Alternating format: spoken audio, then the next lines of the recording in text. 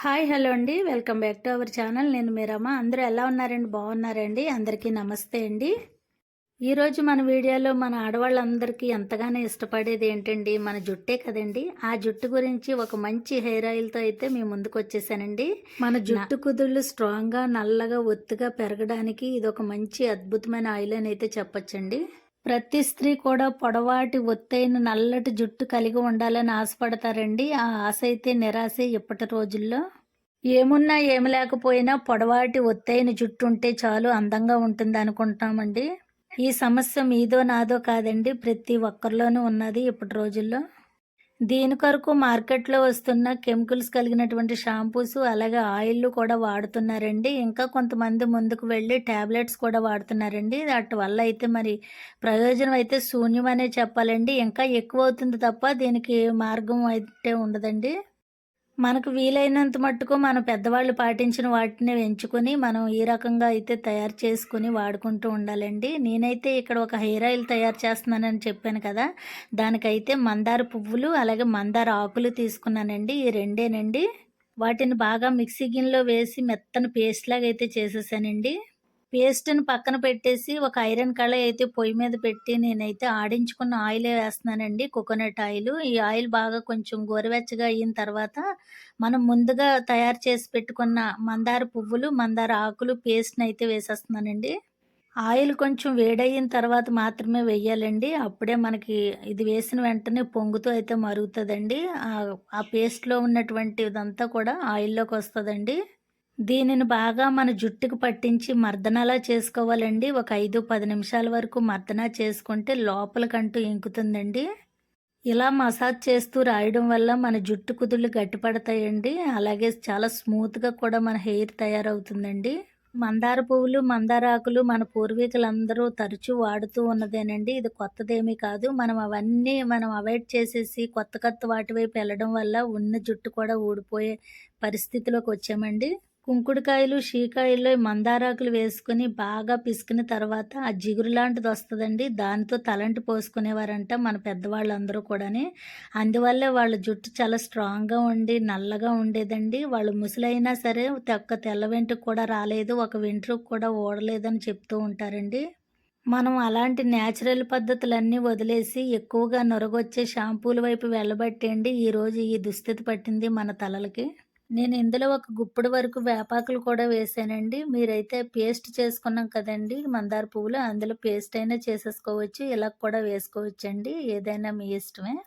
మన ఛానల్‌లో natural hair oils చాలానే ఉన్నాయండి. కావాలనుకుంటే ఒకసారి చూడండి. ఇప్పటి నుంచన్నా అన్నీ న్యాచురల్ వాటి వైపే వెళ్దామండి. అసలు కెమికల్స్ అసలు మనకొద్దు. ఇలాంటి వాటి వల్ల ఒకే రోజులో అద్భుతం జరిగిపోవాలంటే జరిగిపోదండి. క్రమేపీ జరుగుతూ ఉంటుంది. రిజల్ట్ అయితే ఖచ్చితంగా ఉంటుందండి. మనం 3 నెలల నుంచి 6 నెలల వరకు వాడిన తర్వాత దీనిలో రిజల్ట్ అనేది మనం ఖచ్చితంగా చూస్తామండి. ఈ ఆయిల్ వారంలో 2-3 సార్లు రాసిన తర్వాత మర్దన చేయాలండి. చేసిన తర్వాత మీరు అలా ఉంచుకున్నా పర్వాలేదండి. మాకు జిడ్డుగా ఉంది ఉండలేము అనుకుంటే గనక తలస్నానం కూడా చేసేయొచ్చండి. నో ప్రాబ్లమ్ అండి. ఈ ఆయిల్‌ని సన్నని మంట మీద కలుపుతూ మరిగించుకోవాలండి.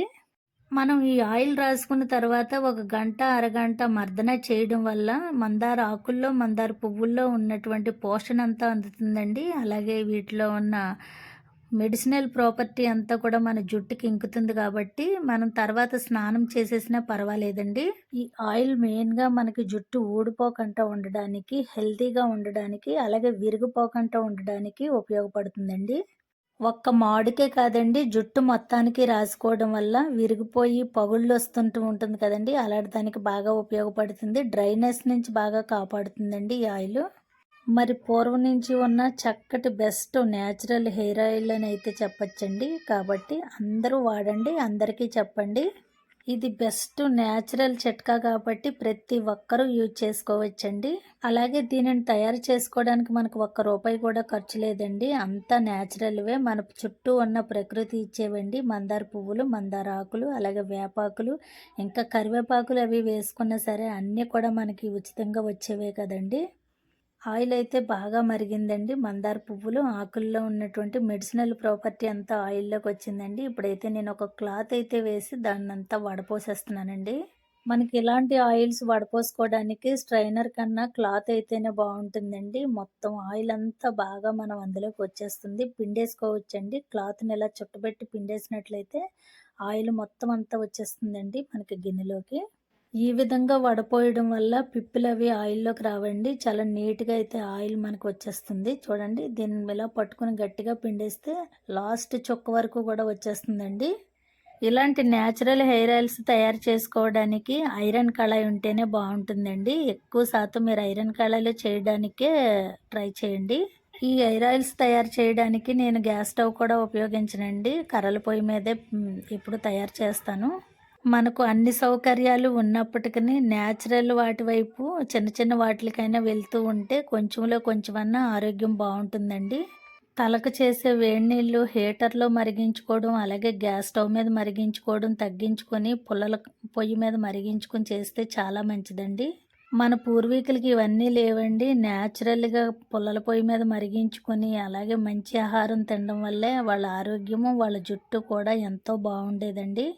మనం కూడా అవన్నీ చేయలేకపోయినా చేయగలిగినవి కొన్ని కొన్ని ఉంటున్నాయి కదండీ! అవి చేయడానికి ప్రయత్నిద్దామండి. అలాగే ఈ ఎండాకాలంలో ఏసీలకి, ఫ్యాన్‌లకి పరిమితం అయిపోకుండా కాసేపైనా బయటకొచ్చి, బయట ఆహ్లాదమైన గాలిని పీలుస్తూ బయటన ఒక గంట, గంటన్నరైనా కూర్చోవడానికి ప్రయత్నించండి. చూసారు కదండీ! హెయిర్ ఆయిల్ అయితే తయారైపోయింది. దీన్ని నేను ఒక గాజు సీసాలో అయితే స్టోర్ చేసుకుంటున్నానండి. మీరు కూడా ఈ విధంగా ట్రై చేసి వాడి చూడండి. రిజల్ట్ ఖచ్చితంగా అయితే వస్తుందండి. ఇంకా ఎలాంటి హెయిర్ టిప్స్ మన ఛానల్లో ఉన్నాయండి. ఒకసారి సెర్చ్ చేయండి. హెయిర్ టిప్ అంటే ప్రతి ఒక్కరికి ఉపయోగపడుతుంది గానీ, మీ ఫ్రెండ్స్ అండ్ రిలేషన్‌కి షేర్ చేయండి. మరొక మంచి యూజ్‌ఫుల్ వీడియోతో మళ్ళీ కలుస్తానండి. అంతవరకు బాయ్ అండి.